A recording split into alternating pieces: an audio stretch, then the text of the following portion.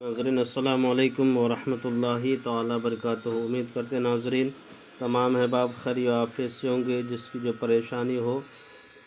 اس کی پریشانی رب کریم اس کی پریشانی کو دور فرمائے۔ ناظرین جو نقش لے کر کے حاضر آئے ہیں یہ ہے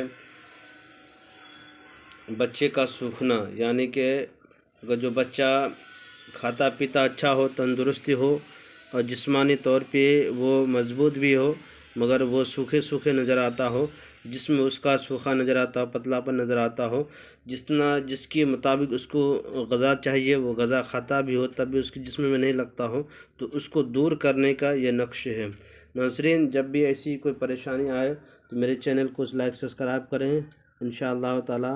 جیسی بھی آپ ویڈیو چاہیں گے انشاءاللہ تعالی ہم آپ کو پیش کرنے کی کوشش کریں گے۔ ہفتے کے روز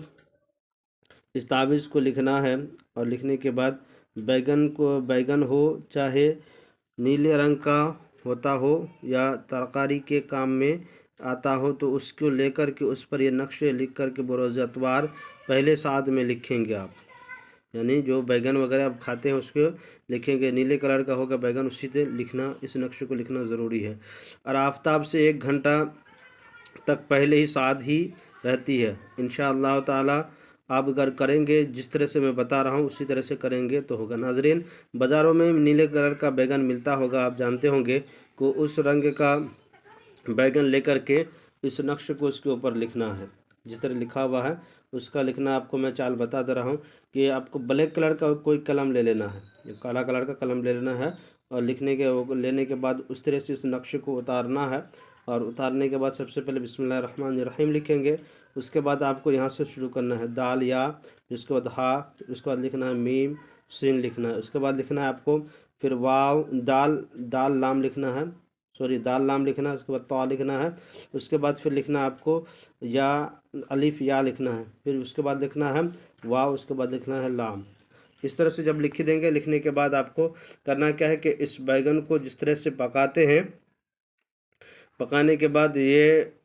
پکاتے ہیں اسی طریقے سے آپ کو یہ بیگن کو پکا لینا ہے۔ اس بیگن کو بچوں کو کھلائیں پکا کر کے، اور کوئی نہیں کھائے جس کو یہ مرض کی شکایت ہو کہ اس کے جسم میں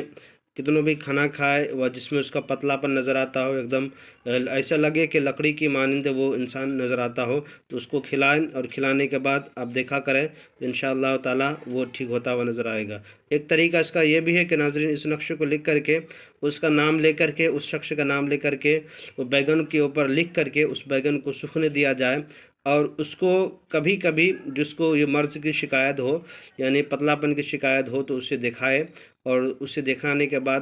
کم سے کم اسے ہر صبح کے وقت میں اس کو دیکھیں، اس بیگن کو دیکھیں جس پہ یہ نقش لکھا ہوا ہو، اور اسے دھوپ میں لے جا کے چھوڑ دیا کریں۔ چند دن گزرنے کے بعد دیکھیے گا کہ ناظرین وہ جو آپ دیکھ رہے تھے جس کی جسم و جسمانیت کمزور تھا، وہ دیکھیے کہ رب کے فضل و کرم سے اس کی جسم و جسمانیت باسلامت نظر آئے گی، بہت اچھا نظر آئے گا۔ میرے چینل کے ناظرین میرے چینل کو لائک سبسکرائب کریں، ضرورت مندوں کو شیئر کر دیں۔ خدا حافظ۔